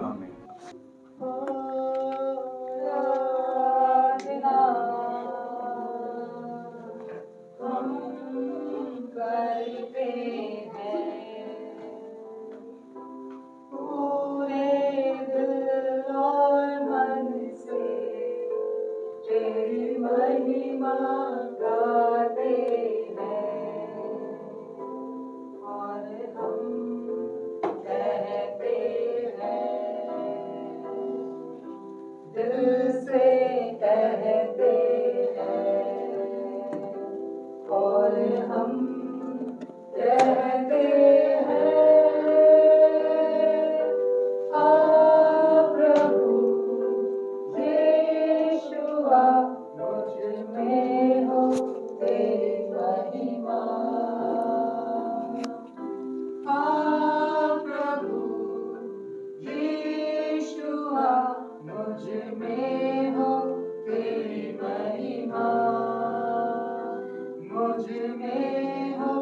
तेरी महिमा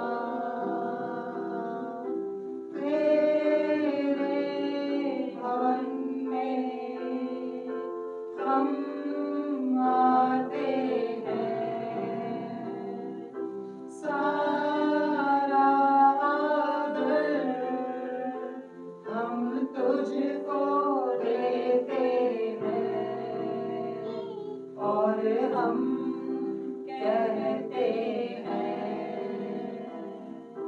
दिल से कहते हैं और हम कहते हैं आ प्रभु यीशुआ मुझ में हो तेरी महिमा आ प्रभु यीशुआ मुझ में हो तेरी महिमा मुझ में हो तेरी महिमा मुझ में हो तेरी महिमा मुझ में हो तेरी महिमा। हालेलुया। हालेलुया के द्वारा प्रभु आप सभी को आशीषित करे। अब आगे के समय को हम आशीष के नाम से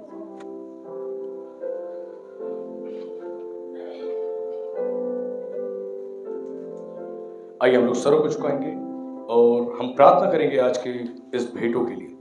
हे सर्वशक्तिमान परमेश्वर, हम धन्यवाद देते हैं प्रभु, आपके लोगों ने परमेश्वर जो भी भेंटें दी है प्रभु, वो आपको महिमा देने के लिए दी है राजा, और जो भेंट दी है वो गुप्त रीति से दी है प्रभु, और आप जानते हैं परमेश्वर किस हृदय से दी है राजा।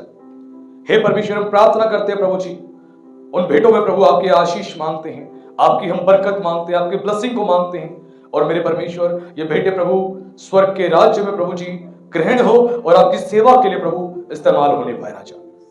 आपके पवित्र लहू में इन भेंटों को छुपाते हैं और इस प्रार्थना को हम जीवित सामर्थी परमेश्वर के पुत्र मसीह यीशु के नाम से मांगते हैं, आमीन। आइए हम सब लास्ट बेनेडिक्शन प्रेयर करेंगे, अंतिम आशीष वचन। अब परमेश्वर पिता का प्रेम और प्रभु यीशु मसीह का अनुग्रह और पवित्र आत्मा की सहभागिता स्पिरिचुअल ब्लेसिंग क्राइस्ट चर्च के साथ, इस चर्च के सभी मेंबर्स के साथ और तमाम विश्व में जितने प्रभु के ईमानदार सेवक हैं, विश्वासी हैं, कलीसिया हैं, और उन सभी के साथ आप से लेकर सदा और हमेशा तक बना रहे, आमीन।